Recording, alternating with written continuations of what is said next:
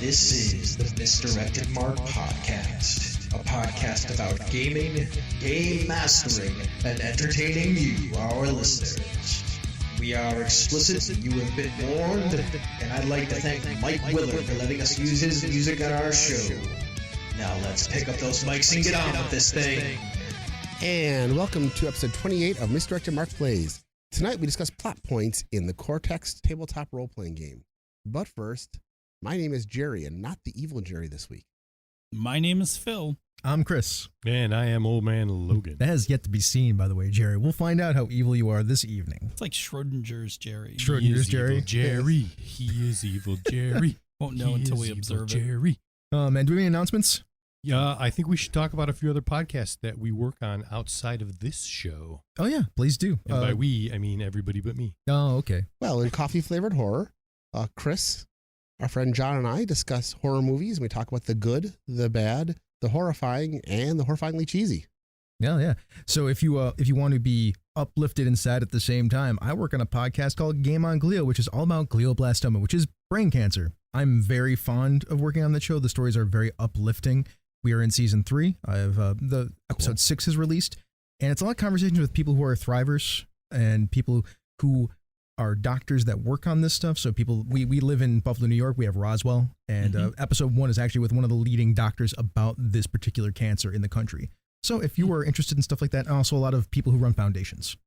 The most recent episode was about Stash Strong Foundation, which I'm very fond of. It's a interesting story because the brother who's still alive that is running the foundation, the brother who passed away was still alive when the foundation got started and partook in it, which is unusual. So it's a really cool story. So they're all uplifting stories? Yeah, generally that's how it works. The host of the show, her name is Shannon. Her husband died of glioblastoma, so she is able to relate to a lot of these folks who have these issues and these situations that come upon them, unfortunately. What about you, Phil?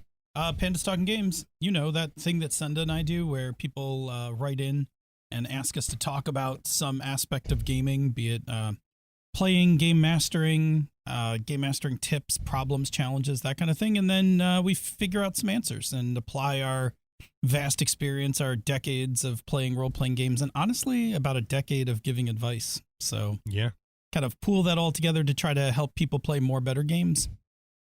All right, well, those are our announcements for the week. We will move now into the garage. Access granted.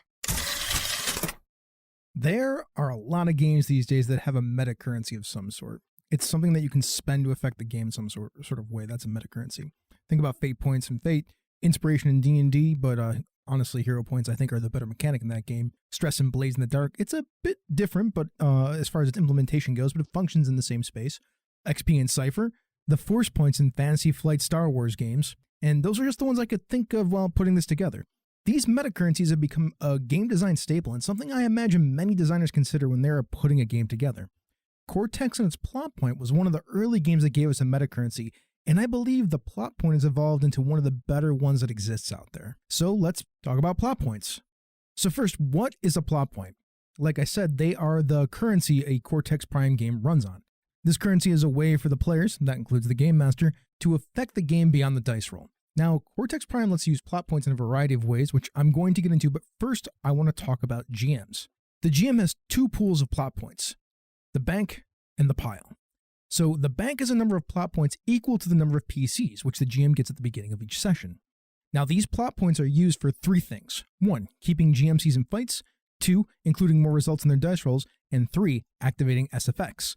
Now, the bank is shared by all the GMCs and can be regained in some of the same ways the PCs get their plot points. If any of that didn't make sense, I'll be explaining more in a moment since the PCs can do the same 3 things plus many more. Now, the pile is an unlimited number of plot points the GM can use to give to the players when the players activate SFX, which provide a plot point, or they roll hitches and the GM wants to buy them. So now that we know what the GMs have access to, let's talk about the players. First, players begin each session with at least 1 plot point. If they had more than 1 plot point at the end of the previous session, they do carry them over. Now let's talk about what you can spend them on. Here is the basic list. Activate an SFX, add more dice, activate an opportunity, create a relationship, create a temporary asset, include more results, interfere in a contest, keep an extra effect die, share an asset, stay in the fight. Now that I've dropped the list, let's delve into what each of these mean. Activate an SFX. We've mentioned these 3 letters a few times, this SFX, and they're supposed to be powers, special effects, and things like that the players possess. Sometimes they require a plot point to activate and get the benefit of. In our Children of the Shroud game, Bob's character Gunny has an SFX associated with his Leaf on the Wind distinction. It's spend a plot point to step up any 1 mana pool die when using the Movement Martial magic feature. So he spends a plot point and gets a benefit that's outside of the basic use. Not every SFX works this way, but the ones where you spend a plot point are specifically for this kind of functionality. This is also something a GMC can do from the bank. Add more dice. You can add another trait from a trait set you've already utilized for a dice pool you're building. For instance, if I've already added my Geek die to an attack when I'm building a die pool, I can then turn around and add my Jock to it as long as I explain that I'm trying to muscle my way through by spending 1 plot point. Activate an opportunity. So we've talked about hitches, that's when a 1 is rolled on a die. If the GM rolls a 1, it's called an opportunity, and the players can spend a plot point to activate opportunities. When a player does activate an opportunity, they can either step down an existing complication on the board somewhere, or step up an existing asset. Create a temporary asset. Just spend a plot point and create something in the scene that is an asset at D6. So if you spend 2 plot points, it becomes an asset for the rest of the session. Instead, you could also spend a second plot point to make it usable by your allies in the scene. It's a very nice flexible use of the plot point and gives you a lot of creativity as a player at the table. Now, this flexibility and creativity comes with some amount of responsibility. You're expected to create things that align with the setting and situation of your game. There is no creating a laser pistol D6 in your fantasy setting, unless you're going to go for that Expedition to the Barrier Peaks vibe, or you just like being that person. Please don't be that person. Be better than that person, I'm begging you. Just make the Wand of Lightning, it's the same functionality. Also, the GM and the players, especially if I'm one of the players at that table or the GM, is going to tell you no, because, play inside the game. All advice and silly thoughts aside, the next thing I want to bring up is create a relationship. Now, this is only used if you are using the relationship trait set in play, and it does the same thing as create a temporary asset at D6, except the relationship sticks around until the end of the session, and that's only for that 1 plot point. Also, if you spend some XP or growth, those are 2 mods for advancement, the relationship can then become permanent. When it comes to relationships that you are creating this way, you also can't spend an extra plot point to make it usable by everyone. That relationship is just for you. Include more results. This allows you to spend a plot point after you roll to add another die to your total. You can do this as many times as you want on a roll as long as you have the plot points to spend and dice to add in. This is also something a GMC can do from the bank, I mentioned it earlier. Interfere in a contest. If you want to interfere in a contest that's already underway, you can spend a plot point to join in. I talked about this in our previous primer, and it's worth saying we don't use this version of the rule in our Children of the Shroud game when it comes to dueling. Keep an extra effect die. This one's simple enough. You spend a plot point and use a die that hasn't been used yet from your dice pool to add another effect die to inflict stress, create a complication, or create another asset on the table. Stay in the fight. When you would be taken out, you may spend a plot point to take a complication instead. The size of the complication is equal to the effect die of the opposing dice pool. This is also something a GMC can do from the bank. And it's, like I said, a way to stay in the fight, and that's how you get these weird complications on the table like, well, I have been wounded like D10. Now that we know how to spend them as a player, let's talk about how to get them. Complications. Roll a 1, and the GM gives you a plot point to create a complication. This complication's at D6, but multiple 1s can be used to generate larger complications. Say you roll 3 1s, it would be a D10 complication. Conversely, it could also be 3 D6 complications if they gave you 3 plot points. Give in during a contest. If you give in during a contest, you get a plot point. You'll need to have at least rolled 1 time before giving in during that contest, otherwise you've just given them what they wanted without having to provide any opposition. SFX, especially Hinder. Some SFX provide plot points. The Hinder SFX is linked to distinctions and says, reduce your distinction die to a D4, add it to your die pool, and gain a plot point. Role-playing. You can give out a plot point for memorable moments in the game. Honestly, I'm not a fan of this one, but if you like having this kind of rule in your role-playing game, it's here for you to use. Using a D4 complication in your role. Now, this is related to complications or stress if you're using that mod. Now, this doesn't count if you have a trait rated at a D4 from a trait set, and in the majority of these situations, the D4 disappears after the roll so they can't be used repeatedly. So now we know what a plot point is and how the GM and players spend them and get them. The last thing I want to mention before moving on to the roundtable is some things to consider when building your own Cortex game or making your own Cortex mods. So 1, you're going to want to have a variety of ways to spend plot points. The list that's above is pretty solid, but if you decide your game doesn't mesh with one or more of the above ways to spend plot points, then consider what ways you'd like to see plot points spent and how it helps your game's themes, tone, and intended playstyles. Also, maybe think about how it might influence a table's play culture. It's kind of important, actually. You also want to have a variety of ways for PCs to gain plot points.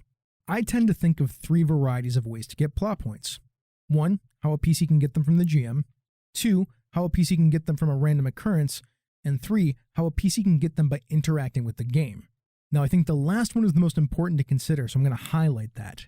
Say you were to remove the hinder SFX from play. Then there's no real way for a PC to interact with the game to get plot points. They're just relying on the GM and the randomness of the game to generate potential currency. And man, that can feel pretty unsatisfying in a lot of ways, especially when a PC just can't seem to get a plot point through the other means. That said, we still want to remove the hinder SFX, so we need to create something else. Let's decide that whenever someone initiates a contest, they gain a plot point.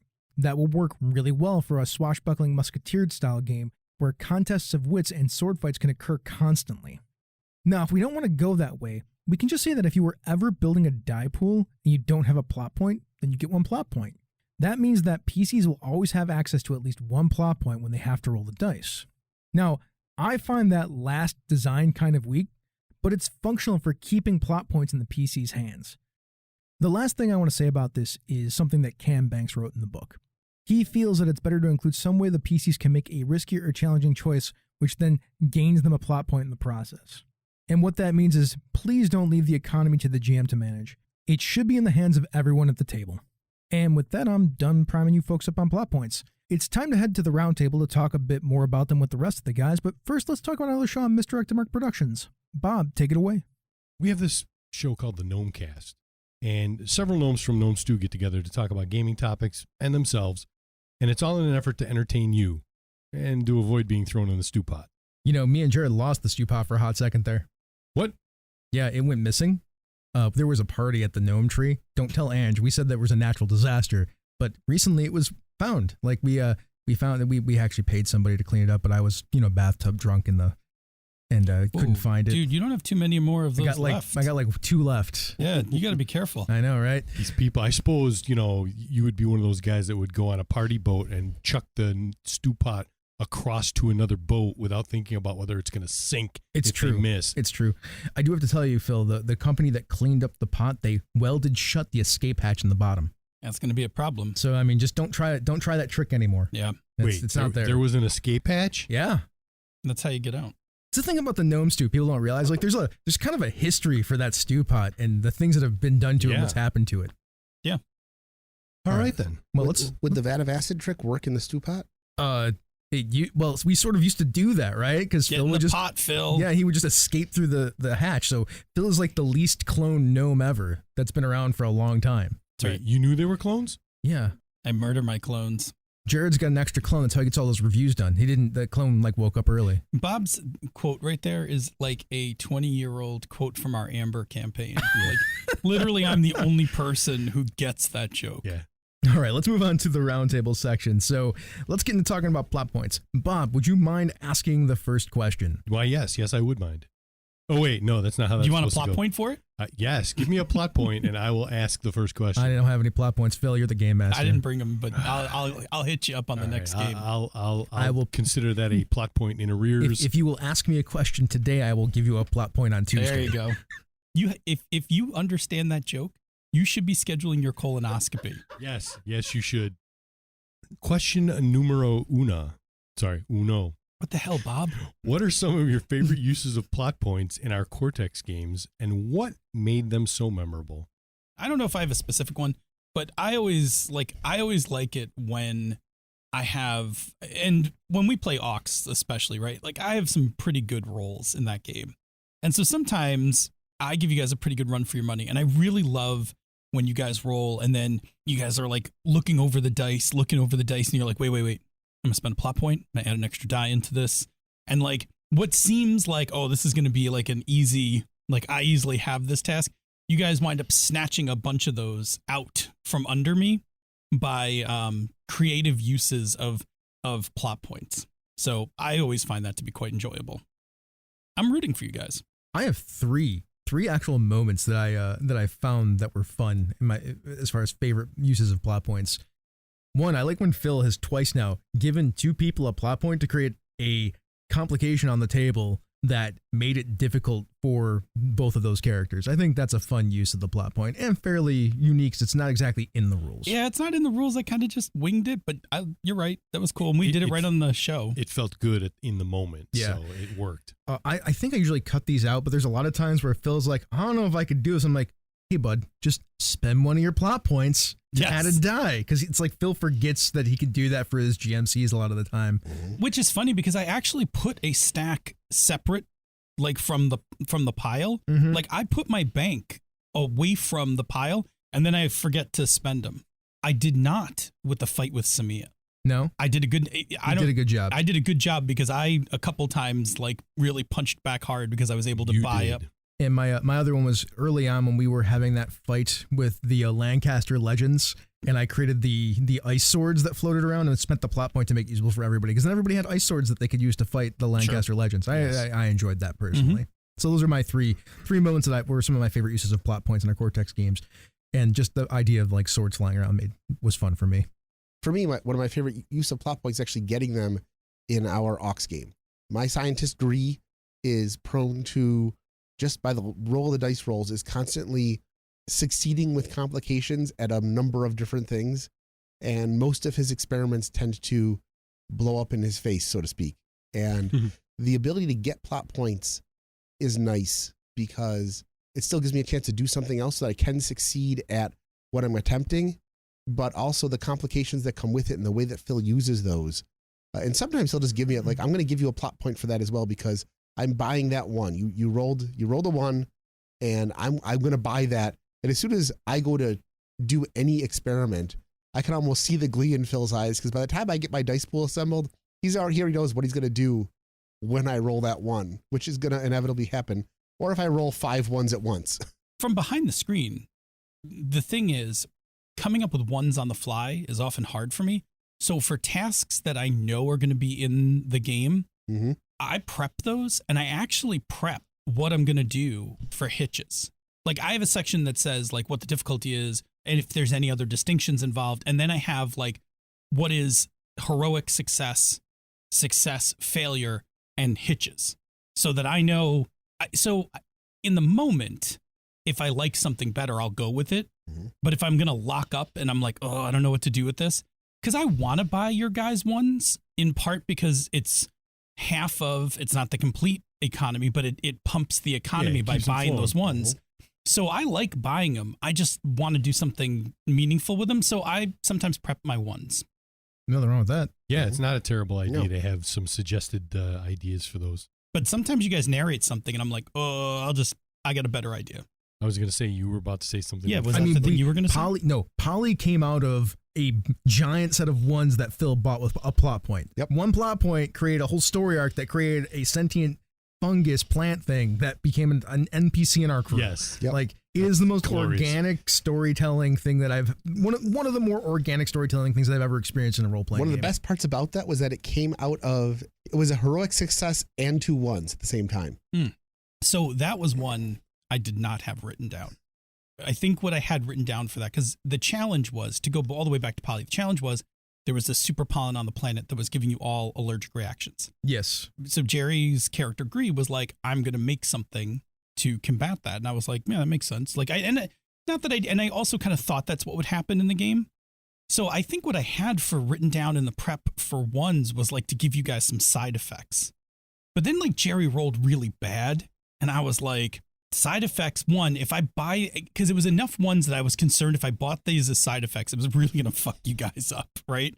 But 2, I was like, what's more interesting in this moment? I was like, no, what's more interesting is this pollen fungal thing. It did mess me up. I was having problems. I was like couldn't breathe. I think you failed to roll. Yeah, I did. You failed to roll and I bought some ones on you. You also forgot the fact that the pollen attacking the planet is the result of me rolling a one earlier in the this game. Whole thing is I created the problem in the first correct. place. Like this is all Jerry just botching stuff that create a whole separate problem, that create a whole separate adventure, that create a whole giant like monstrosity thing that ended up being Poly. I would like to thank Powered by the Apocalypse for teaching me how to roll one bad thing into another. Yep. Like that was very much a function of what move can I make here that's going to be more interesting and more terrible. Yep. And what I think is interesting about all that is that there was a series, I think, of 3 sessions in a row where I either did not succeed or rolled a 1 on every test I attempted. Yeah. But the plot still kept going and we had a ball. Mm-hmm. And a lot of games don't handle that. A lot of GMs and players don't handle that. Players that handle that well. Cortex is all about the fail forward, right? Yeah. Like it is like almost built into the game. It works. Keep it moving and have fun with it. And there are things like when I'm setting up Cortex challenges that like I even have to catch myself where I'm like, oh, that failure is not a stymie. That failure just means like I'm going to run up ticks on this clock, or this failure means like, oh, you're going to get this, but it's going to take longer than you expected. Like you're not going to get as many actions, that kind of thing. It's not even failures too. Like it's just somebody rolled a bunch of 1s. Yeah. And still succeeded. Yeah. Do you have any, Bob? Yeah. To wrap this one up, I don't have a specific moment, but my favorite of the plot point things is spending it to get the asset available for everybody else to use. Yes. Yeah, absolutely. Like you come up with like, oh, this is a really cool idea. I can do this thing. But now I get to share it with everybody else as well. Mm-hmm. And then that stays around longer and you get more out of that one thing, which sometimes, oh, that was really cool. And then it's gone. Mm-hmm. But spending that plot point to give it to everybody. I agree. Yeah. I enjoy that. Ask the second question, Bob. Sure. How do you view plot points in the game? As in, what are your thoughts and feelings about the mechanic, whether they're positive or negative? I said in the intro, I think it's the best implementation of a meta-currency in all of role-playing games. I really do. Yeah. I don't know of one that's better. Those are my thoughts. They're positive. I think it's great. I think it works effectively. I think every meta-currency should aspire to do what this one does, which is they're not hard to get. They don't impact the game so much that they are overpowering, and they are a currency that flows back and forth pretty easily, and they're fun to use. Mm-hmm.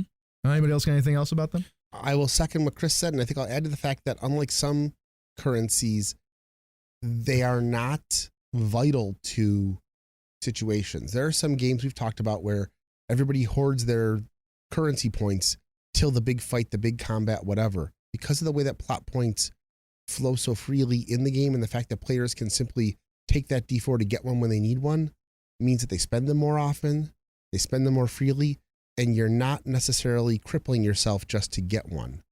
And it doesn't end up with the same feeling of the only way to succeed is to sacrifice something. And so I like that overall. I think that they do a lot towards games that just make them fun. I really like the plot points and the way they're given, used, implemented, the way the GM uses them, the fact that you can buy them from the GM to do things. All of that makes it a lot of fun. So I think it's positive across the board. Yes. I will use my Patrick Swayze voice to say ditto. I mean, look, I also like them. I am, first of all, a fan of meta currency in every game. I actually am not a fan of games without a meta currency because it's the kind of game, and I'm thinking back to like 3.5, right? It's the kind of game where without a meta currency, I feel the need to sometimes put my thumb on the scale in terms of fudging rolls. From a general standpoint, I like games that have meta currencies because it puts if you're going to choose to fail this roll, it's on you. You could spend points and spend your way out of this, or, try to, at least from a GM side. I don't feel obligated to tune things for drama. It's interesting. Like, so a meta currency for you as a game master means that as a player, you have all these opportunities to make your life a lot easier. So if you don't take them, that's on you. I don't think that's bad. I just think it's a cool kind of interesting perspective on the idea. Well, and I think it's probably based on where I fudge, right? So where I fudge is usually to give the players a success. So if I see, like, let's say we're playing, again, not to pick on 3.5, but let's go with a game that doesn't have a meta currency. So let's just say we're playing Iron Heroes. If I see Bob bomb like 4, 5. Come on 1 second. Let's not pick on 3.5. Let's just pick the most adjacently close 3.5 game potentially possible. Exactly. Yes. But a game that I used to play and a game that sometimes I fudge rolls at. let's say we're playing and Bob misses like 5-6 times in a row, right? Just he's having a shitty night, but he's not rolling like single digits. He's rolling that like low teens that just can't get to a hit. Mm-hmm. I'm eventually going to just fudge one of those. I'm going to eventually just make a hit.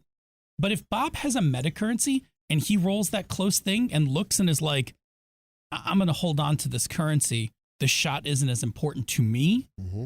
then fine, you miss. Like, miss all you want. But if Bob's like, I absolutely got to hit something, or I haven't hit something all night, fuck it, I'm spending a point, and then gets the hit and gets the good feeling from it, then I'm for that. So for me, that's what I love about meta currency. Is what meta currency does is it tells me as a GM when you guys care about a particular role, because you can just let a role go by and be like, meh, I'll roll for that later. Or nope, this means something to me. I'm going to put a point or two of this currency into it. I also like the fact that as a player, you can simply take that D4 to get another point of meta currency when you need it or want it. But that also, you can narratively play with that. The idea that the optimal thing for my character would be to do X, but I'm going to take that D4. So my character's going to do this, and that explains, that just in-game explaining why you take it. It gives you a little chance to narrate and role play, but have it be something both mechanical and useful, but also just fun. It adds to the fun of the game. And I think it's actually a brilliant design. We've all played Fate. And one of the hardest jobs of being a Fate GM is, in the middle of everything else, is managing the economy. Yeah. Right? And it is very hard to clock everybody's fate points in the middle of a game and then mentally be like, Chris is running low on fate points. I gotta introduce a complication that I can try to, get him to buy into, a compel. I gotta come up with a compel for Chris to buy into so I can push points to him. Mm-hmm. Whereas in Cortex, and like as Chris said earlier, Chris can be like, I'm running low on plot points. I'm gonna start pulling D4s for my distinction so that I can build up a little. And I see it all the time in Ox. Early in an Ox mystery, Chris pulls D4s until he gets to a certain number of plot points. Yes. Mm-hmm. And then once he's comfortable, then he like settles in, like, okay, well now we can get working on the problem. I've got some points and I can now, when I want it to count, can spend my way into that. Okay, I got two things that I want to cover here. One, I want to talk about the fate point and some of the problems with it. Two, I want to talk about the thing that you just said. The reason I do that as a player is because, one, it's mechanically beneficial to me and the game actually is okay with me doing that. Sure. And two, it creates a story arc for my character throughout the session. Hell of the story. yes. Yep. It's so smart. That's why it's so smart. The game is actually encouraging you to play out a story arc for your character, of making your life more complicated, doing that, a way to encourage that try-fail cycle.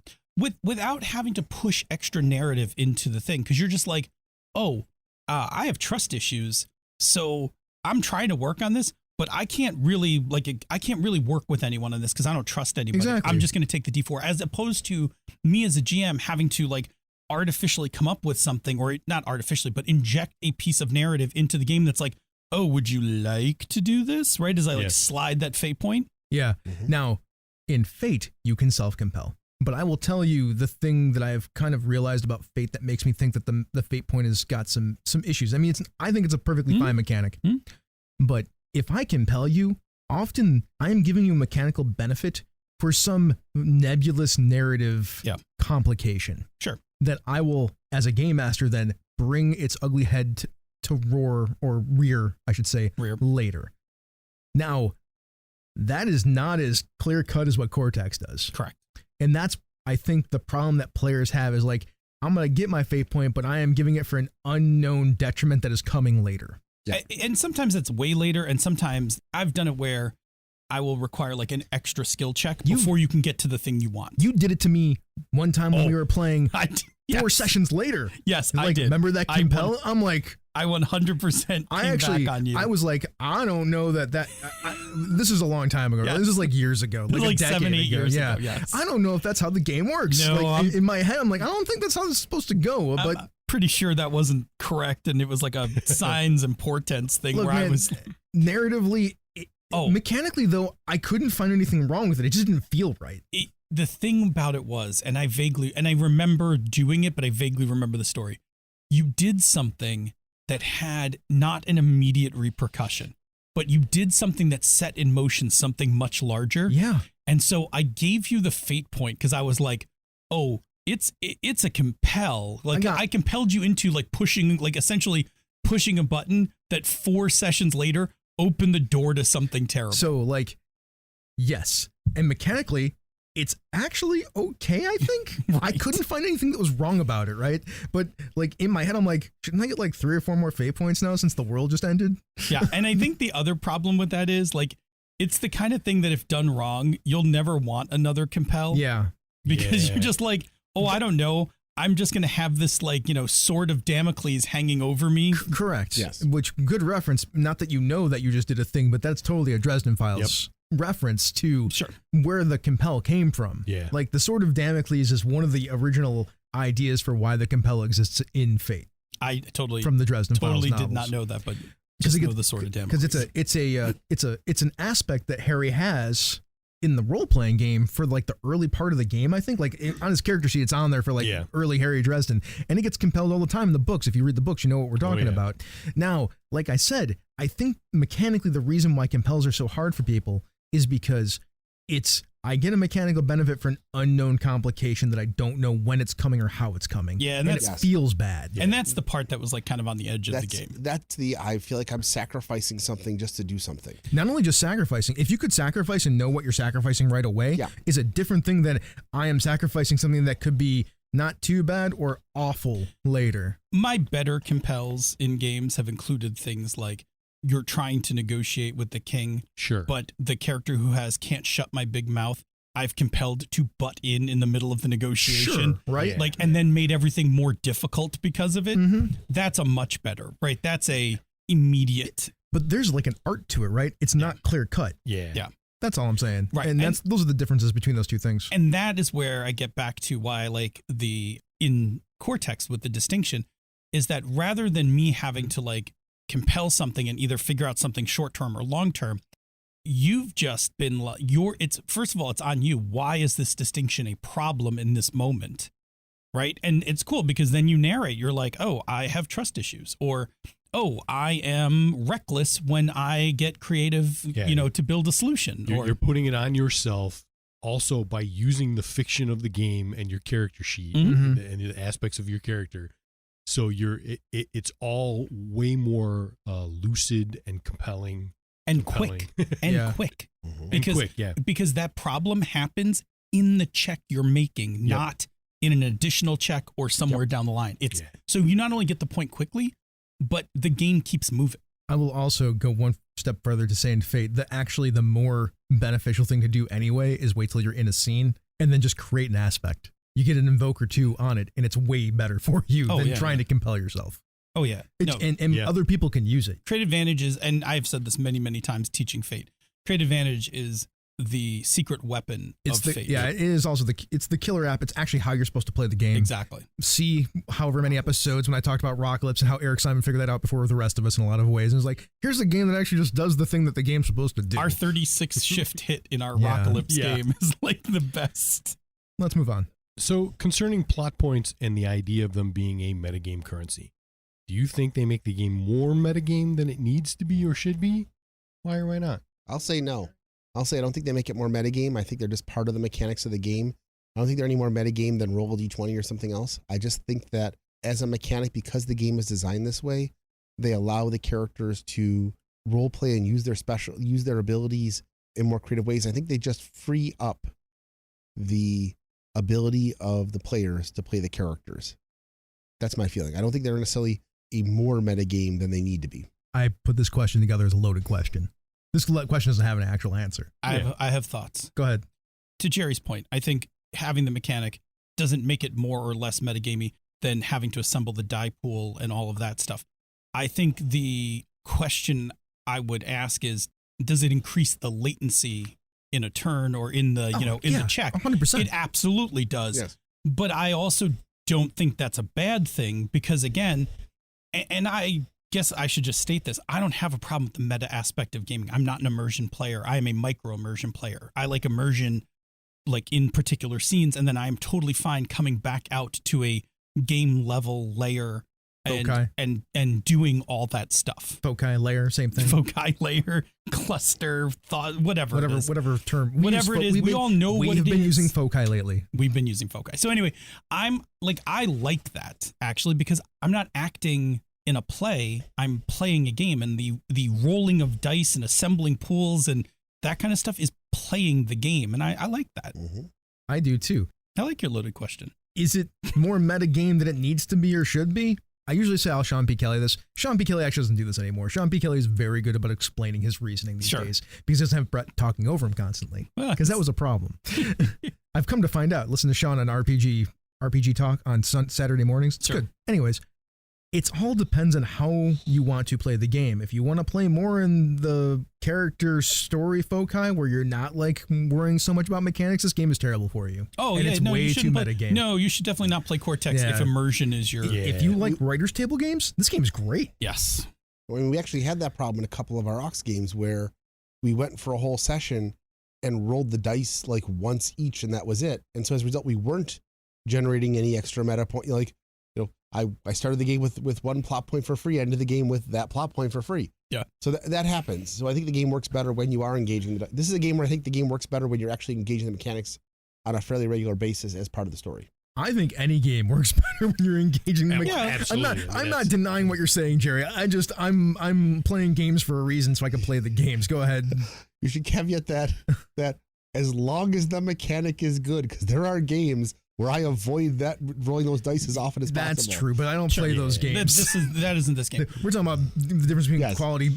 Like any game, you should be engaging with the mechanics. Whether the mechanics be procedural and like I say a thing, I trigger a move, and that move doesn't have any dice or accoutrement to do a thing, you just go through a procedure, that's a mechanic, and I engage with it. Yeah. The perfect example is public access, the vulnerability move, the nostalgia move. It's vulnerability in other games. There are no dice rolls, but it's a procedure. Now, this game has a lot of bits and stuff that take you out of the story 100%. And character layer. So like I said, if you don't like that, then don't play this game. Yeah, I'm with Phil. Immersion is great in moments, and I'm not opposed to playing a game that's deep immersion in and of itself, like a good story game where you don't have to bounce. I prefer the blend. I prefer like an EKG of immersion where I'm up, down, up, down, sure. up, down, up. Yeah, 100%. You can listen to our game, the one where we had a mechanic. It wasn't even a mechanic. It was a procedure for doing the ritual. The procedure for doing the ritual was dealing with our BS before I could talk to Mesame. Yeah. We actually engaged the mechanic because the mechanic of the game is Phil decides what we need to do to put the ritual together, gave us some requirements. We fulfilled the requirements. And then me and Phil had a really nice scene where I was Silas and Phil was Mesame. It was really good. Yeah. Deep immersion in that moment. And we used a mechanic to get there. Yeah. It was very little bit of mechanic. Yep. Like you set up a thing. Yep. We had a great scene, me and the other two characters. No dice were rolled, but it was still a mechanic. Yeah, there were still mechanics in Yeah, games. absolutely. Mechanics, I think that's the thing that people get confused about sometimes. And that's why I'm going here. I mean, most of the listeners to this podcast are smart and they know what we're talking about. But if you are a first-time listener or something like that, like mechanic does not mean rolling a die. Mechanic can also mean engaging with the procedure. That's in the archives to plug the plug the Patreon. In our archives, you and I can't remember if it's so old that it's just you and I or if it's you, Bob, and I. We have an episode where we specifically talk about these terms, that we get very specific about procedures, mechanisms, and mechanics. And for us on the show, when we say mechanics, we mean procedure, mechanism, and or any combination of the two. Mm-hmm. So that's always the thing. So yeah, but yeah, I don't know. I've never been a full immersion kind of guy. Like remember Metagamers Anonymous, and I think they're still out there in Wichita. I just haven't listened to them in eons. They're still podcasting? I'm not sure. I don't think they are. They've still, I think, having their con and stuff. Oh, okay. But TsunamiCon, was that what it was? Yeah. So they they prided themselves on being deep immersion groups, right? Yeah, they hated Fate because of that. Correct. And you should, because Fate's not a good immersion game at all. And Cortex isn't either. And that's a preference thing. Like if you want a high immersion game, and I don't think D&D is like, they were like, oh, we're D&D because it's high immersion. I'm like, well, it's definitely less immersion than Fate, but it's not like deep immersion. Like there are games that go much deeper. Less immersion than Fate? More immersion than more immersion. It's not more immersion than Fate, but Look, if you're a Magic user, if you're a Magic user, you got your work cut out for you to stay immersed. Like you've got whole rule bundles you have to reference constantly. It's true. If you're a fighter, as I've often played fighters, that job's pretty easy. It is. Like I can stay immersed as the fighter gonna hit me a monster. Yeah, I think Powered by the Apocalypse games are better for immersion than most things. Yes, but also they have that moment on the 7 to 9 where you have to pull yourself out. You do. I'll not challenge, but I will ask listeners to suggest to us deep immersive games. Because to me, I actually, again, because of how I like immersion, none of the games that we've mentioned, Powered by the Apocalypse, Cortex, etc., I like those, right? I like doing all those activities. Otherwise, I wouldn't play those games. Yep. So I'm okay with it. But I'm be curious if somebody has a game that's like, this is like such a smooth, sleek, thin set of mechanics that it's easy to stay immersed for longer periods of time. I'm just curious. Yeah, I don't even know what that whole topic is. As you can see me stuttering over the word. You hear me stuttering over the words like immersive gameplay, like Swords Without Master. Even that's not bad. That's not bad. It's not bad. Thin on the mechanics. True. And if you get really good at it and don't have to say anything, passing the dice and stuff, you can stay be pretty immersed smooth. a lot longer. Do you hear what we're saying though? So role playing games are essentially we're siding for this one. This one's actually interesting. I think this is a fascinating discussion. Let's get into it. Role playing games are primarily a audio medium. We are talking to each other. Absolutely. So when we talk about immersion, we're talking about the times that we can talk to each other without having to talk about the mechanics. Yes.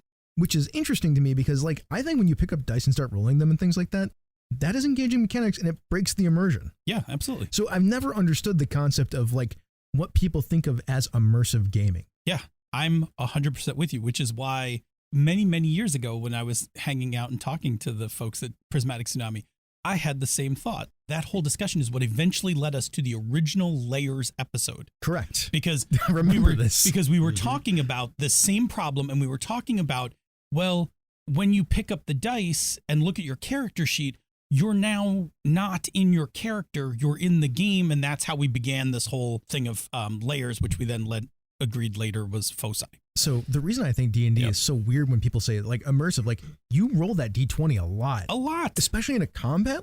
Combat is the most unimmersive situation that ever existed in role playing. 100%. And the reason we all know that is because if combat goes more than 5 rounds, people stop role playing. Now you can force people, and people are sometimes well disciplined, but we've all been in games. We've all been in games where after a few rounds, people are just rolled a hit, 16 hit, 14 damage. I'll tell you the secret sauce of that is at round 3, if nothing has changed, change the situation. Sure. It just makes the game better. Sure. I don't know, it's thrown out. Rocks fall, everybody dies. No, man. Oh, the floor falls out, and now you're all falling. Yeah, it forces everybody to now start. Yeah, something different happened. Yes, and now you have to start narrating your way through the difference. Yep. Anyways, that's besides the point. I don't get immersion. I don't get people talking about immersive gameplay. We might as well just be improv acting at that point, right? Sure. We might as well just be yes-anding each other. Or LARPing. Yeah. Or LARPing. LARPing is fine. If somebody has an example that they think is a good example of immersive role playing, a mechanic, a system. With mechanics, a system, and not LARPing. And not LARPing. Because we all agree LARPing is... Drop us a message. Parlor LARPs don't count because that's completely immersive gameplay. I can get in costume and just be my character for 3 hours. Yeah. Which is great, because if that's the thing you want to do, rock it out. I've been dying to do some of that stuff. Sure. Wait. One of these days. Don't worry, Senda will get here eventually. I know, and then I'll have somebody that I can plan Parlor LARPs with, and then 100%. And then Bridget will play, and I'm sure Jerry will want to maybe possibly jump in on that, and probably Phil. So it'll be good. We'll have a Parlor LARP group that can play once every month or so. Absolutely. We got about 3 years. Yeah. Okay. Just hang on. Cool. Let's move on to the next question. Next question: do you think our mana pool die system in Children of the Shroud infringes on the plot point system, or does it help define Magic as being different? And why do you feel that way? I like asking these hard questions. Yeah. I know Bob asked it, but I wrote it. That's not a hard question at all. I don't think it infringes on the plot point system. I think that what it does is it simply gives us a way to add one or more extra set of dice in, and that because of the way Magic works and the fact that you can get Magic dice back by being in a duel and the fact that they renew themselves, I don't think that infringes on it at all. Is it another sort of meta currency? Kind of. It's like a half meta currency because it does go down and then renew itself. I think it does make Magic feel different than just a regular dice roll. So yeah, I think that's my answer. I'm going to echo what Jerry said and add on to it that I think that one, it does make it feel more powerful than mundane stuff because you can pump in some extra dice into your dice pool. Mm-hmm. But also, Chris, as you are very fond of noting, there is a point of diminishing returns in terms of how big your dice pool should be. And this is a thing I like about Cortex because we're not using the mod where you just roll the dice and add up all the numbers because there is a mod for that. Yes. Mm-hmm. Because we're doing the pick 2 with, an effect die kind of thing. Mm-hmm. Having a bunch of extra dice to roll increases your probability that the 2 you pick will have good numbers, Mm-hmm. but it doesn't inherently guarantee that you're going to roll better. And for every die you put in, you have a 1 in X being whatever size die you put in, a 1 in X chance of rolling a 1 and getting a hitch. So I actually like that. And it doesn't bump up against the plot point system because if you make a magic roll and spend some mana, and you can still engage a plot point, and all of that may not save you. It's true. The reason I wondered this Sure. when I started thinking about it and why I do think it probably infringes a smidge on it is I have the distinction of Frozen Soul not my own. And we all know that I have frost magic at my disposal.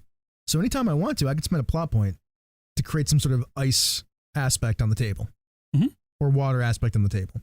I can do some of that same stuff by spending a mana pool die. There is You get a roll for it though. not necessarily like my control lets me just do things. Oh, sure. Like I can just move water out of the way, do some other things like that. I don't necessarily have to roll. So there is some crossover and overlap, which when I was thinking about this, I wanted to get your guys' opinions. Actually, Bob, I'm kind of curious as to your opinion because when I thought about it and started staring at the rules, I'm like, I think I put some too much overlap here, but maybe not. It works. Like we've been playing it and it works and I have no problem with it. And you can't bust it or break it. And it does kind of make it feel different, but the plot point is so universally applicable that it crosses over to the mundane and the magic. Mm-hmm.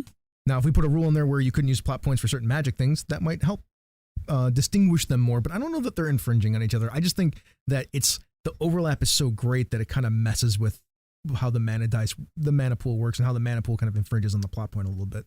I don't feel like it's a problem.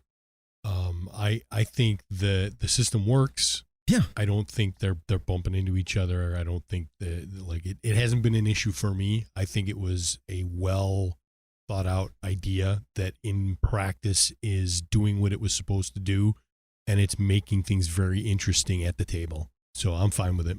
I see two things. Number one is I see magic as being like a free-floating asset or aspect on the table. So there are times when I've only got 3 dice to use, but now I've got my magic die because we're in a duel, and I can spend an extra plot point to use it when it's necessary.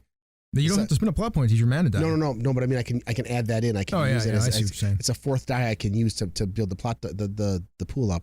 The second thing is the control thing is a different issue because I think that control is one of the more powerful magical abilities in the game. I see many more uses of your control than for my enhance. I mean, I just haven't I don't have the enhance ability. Otherwise, I'd be using it all the time. I don't know. I don't think the enhance ability. I don't remember. I put these together, so I have a pretty. I know that. I pretty know much how they all work. I haven't seen the enhance being as useful as the control. If I built this character again, I probably would have taken control. That's fair. As opposed to enhance. I don't see enhance being as useful. I feel like you can just buy some experience points and buy control. You can. I could have. I didn't want to infringe on what Chris was doing. You should just do it so that you can do your thing in a different way. I mean, Earth is pretty useful, right? Yeah, Control Earth could be a lot of fun. Oh yeah, I specifically built this character around the idea of trying hard not to. I was originally going to be Flame, but when you said you were Flame Worth, I went, I'll go Earth, and you took Wind. I specifically built this character to try the game out and try to take things that you guys didn't take. That was specifically because I wanted to try to play around with the rules. So that's fair. Yep. But the answer is still, I don't think it infringes on it. All right, we got one question left. Sure. The last question. What are some plot point mods or uses you'd like to see in Cortex? Anybody got one? Because I don't have any. I don't. I do. Okay. Cool. There's one in the book called No Bank. So the No Bank mod is an optional mod. Players earn plot points when the GM spends a plot point on a GM PC. So I don't get a stack. I don't get 4, tokens for the GM PCs. But anytime in a, head-to-head or challenge, whatever, if I spend a point on my GM PC, I just give it to you. Mm-hmm. That's one where, if we were doing a supers game, and wanted that like, big ebb and flow kind of thing, it'd be like, oh, I'm definitely spending a plot point so that I can resist your punch, but here's that plot point for, a future SmackDown. Is that the only way to get plot points in the no bank? No. I would not want to do that at all. What it does is it frees me from having a limited currency. Got it. But in return, what it does is every time I spend, it just goes to you guys. I wouldn't use it in every game. It would be bad in our Children of the Shroud game. Yeah. We have scale in our game. Yes. And we have also a lot of dice that come out on the table. Yeah, if I was doing something really super, like if I was literally doing supers, Sure. I think no bank mod would be fun. I mean, we are playing sort of a minor superhero I'm talking about game. like straight up superheroes, right? Yeah. I would do no bank. I just want to throw out, because this is the discussion we had when we talked about this a long time ago, like 24 episodes ago or 26 episodes ago when we were setting this game up. We are using scale in our game, which means you can have multiple dice for a person that's of higher skill than everybody else that they can roll, and then add in extra dice to their dice pool automatically. Yes. If you had no bank, you could just spend plot points to add effect dice and extra dice and give them to us, of course.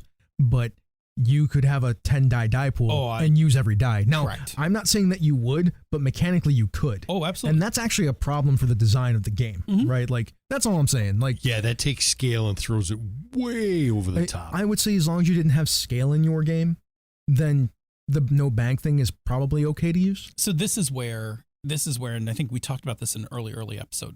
There are these weird incongruencies where certain mods don't butt up nicely against each other, and there's too many mods for the game to warn you. Like there are places in the book where Cam does warn you, like, oh, if you take this mod, you need to modify this. Like you need to either not have this mod or modify this mod. There are a couple cases where that has occurred because he's had his experience in it. But if you just grab no bank, like you said, and then grab scale or whatever, and you think about it, right? There's there's a part where it gets like really broken because I can generate really big dice pools, and then start buying my way into successes pretty much at will. You could legitimately take somebody out with one hit. Yeah. Everybody hear me out. If he has 10 dice, he super hits one of us, and he buys 3 effect dice. It blows through the arcane shield, blows through our normal thing, and then hits us again and takes us out. And then he could just kill us with one roll without us ever getting to do anything. Yeah. That's all I'm saying. Which wouldn't be fun, right? Like, No. And that's why when you're picking mods, and again, it's hard to do, in session -1, but when you're picking mods, you got to kind of think about, do the mods make sense for the story that you're trying to tell? And then do the mods fit with the other mods that you have? And some of that you're going to know in advance, and some of that you may accidentally discover when you hit the table and be like, ooh, I need to modify this mod. Now, in a game with low dice pools, initially, like where you're like 3 to 6 die, or like where you normally live for your die pool, no bank is great because you're giving everybody plot points constantly, and they're able to spend plot points to do things to like create assets at the table so they can have slightly bigger dice pools so they can get stuff done. Yeah, that no bank is good if you want like a huge amount of plot points just flowing around the table with. Yeah. In my Long Live the Queen game with Senda, one of the mods that we use is her initial starting plot points are higher. So she starts the game with 3 plot points, no matter what, which basically represent that she plays her main character, but she has 2 NPCs that we kind of share narrative control over that are like her support team. So it technically represents each one of them contributing a plot point, but she starts the game with 3 plot points because, like you guys, if you all start with 1, your side of the table has 3 plot points. Yeah. So that's a tiny mod that we added to our 1-player game, was just to start her with more plot points. It's also in the book. Yeah, I think they do mention that, right? You can start with more plot points. Yeah, that is a mod, right? Is initial starting plot points. Like I could start you guys with more plot points. Anybody else got one? Not off the top of my head. Yeah, man, I there's not really. I think the plot point game is so robust as it is. I can't think of a mod that I would use. I mean, I like the idea. If I was playing a Star Wars game, I would have a bank of plot points in the middle that were light side, dark side. I mean, then you're getting close to like Doompool stuff, which I also like. Yeah. I will say that mimicking something from X-Crawl, in X-Crawl, there is a currency called Mojo, which is like your team's mojo. And the trick to it is you can never spend it on yourself. One of your teammates has to give it to you. So you could have a plot point thing where you have a mojo pool and you can't take it, but Bob's like, Chris, man, I believe in you, and like flings you a point for your next roll. Oh man, I was just thinking about this Star Wars. If I was going to play Cortex Star Wars, Yeah, go ahead. And- Cortex Star Wars would be super interesting. and we had that light side, dark side plot point pool in the middle. What I would do is, because the thing that I hated about the one with the, I think that was the Fantasy Flight one, where they would flip them, is that somebody could stack them to the point where they wouldn't flow back the other way. Yeah. And I thought that was a stupid rule. The way that I would do it is like the light side and the dark side are always ebbing and going back and forth. So whenever it gets full on one side, and you put like 4 or 5 in there, I like 5. 5's a good number for that. If nobody spends a plot point within like a round of whatever, or some like on the next roll, the next couple of rolls, it just starts shifting. Yeah, or some event, or it resets. Some event happens. It resets. Or if it's light side too much, like it gives the game master the authority to intrude in some way to start drawing them back. Like that'd be interesting. That'd like, be a cool idea. Yeah, right. Because then because that's how the light side, the dark side work. They flow back and forth. I think that's super cool. Yeah, also, that'd be fun. would also say that a Star Wars Cortex game would also be super fun. I think so. I think Star Wars is a great, and Cortex kind of go together. I really 100% agree. The game scales well. Like we played with the ship combat. I'm riffing now. No. Don't get me wrong. If somebody was to turn around and be like, I've got an idea for a Star Wars Cortex campaign, I would be listening. I might think about it. I mean, it's nothing I could ever sell. I'd have to give it away for free. Oh, no, we can't. I think I get yelled at even for just getting it out there for free. I think there's like a fan license. This is literally just for us. Yeah. Like if somebody was like, hey, just to play. home game. Well, I would want people to see it, right? Like I would want to give it. Sure. Oh, I think you could just post it up and just be like, look, if you posted it and did not generate any money, if you posted it somewhere and was like literally like, this is just fan-made fan stuff, I think you're pretty okay. You know, unofficially, just noodling in my head, if I were going to run Star Wars with Cortex, I would probably take these mods, put them together, and then do this. And Hypothetically. I think there's some license out there that you can't do that, though, which is why all the Star Wars games that exist are all hidden.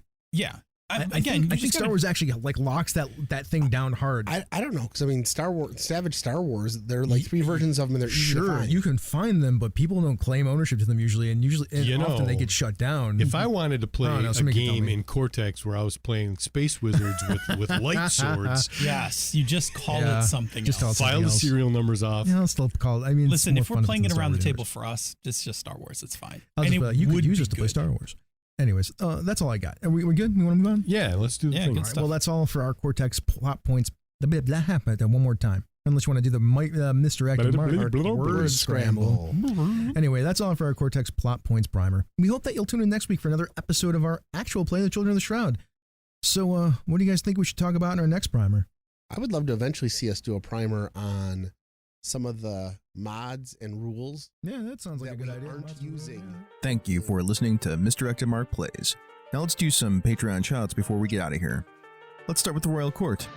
Ty Prunty, known as Lord Timemonger, Lars Henrik Evjan, the Lord Out of Time, Jim, the Royal Merchant Emeritus, Chromatic Chameleon, the Queen's Spy Mistress, J.T. Evans, the Queen's Librarian, Schmitty, the Keeper of the Labyrinth, Andrew Dacey, the Warden of Whiskies, John Carney, the Court Necromancer, Craig, the Lord of One Name, Tiberius Starcrash Smith, the Baron of Britannia, Eric Bonts, the Weregator, and Kevin Lovecraft, the Royal Beard. Other patrons include Chris Constantine, Miko Froelich, Eric Simon, Not That Billy Mitchell, Fiona, Huxley, Kathleen Halperin, Christopher Gamelk, Michael Becca Sperm, Joseph Knoll, Carlos, Hepdilemma, Michael Draper, Alice Kira, Jim Fitzpatrick, Brantley Harris, Steve Radabaugh, Rory McLeod, Ninjabi, Richard Wyatt, Joseph Peralta, Brian Kurtz, my Brett, not my Brett, but somebody's Brett, Chris Steele, Jared Rasher, Eileen Barnes, and Brandon Barnes. Thank you so much for being our patrons. If you'd like more content like this, you can check it out at misdirectedmark.com. If you are interested in supporting the show and other shows on Misdirected Mark Productions, you can go to our Patreon page at patreon.com/MMP. You can get a whole bunch of stuff there, including extra bonus podcast episodes, material concerning this game, The Children of the Shroud. That includes character sheets, our game rules, some of our setting stuff, and Phil's thoughts from behind the screen. If that's not your thing, then you can just tell a friend about us. We'd greatly appreciate it.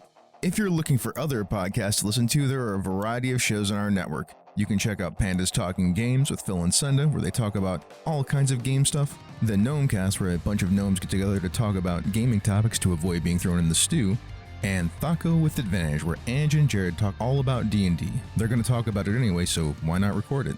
If that's still not enough content for you, we have a number of other podcasts that we recommend and are friends with. The Tabletop Bellhop, your board game concierge. The Knights of the Night, an excellent AP podcast. Mastering Dungeons, where they talk all about D&D if you want some more D&D stuff. And How to RPG with Sean P. Kelly. You can catch that on YouTube. He's live on Saturday mornings. I'm often in the chat room there. Well, this has been a Misdirected Mark production, the media arm of Encoded Designs. Mic drop. We out.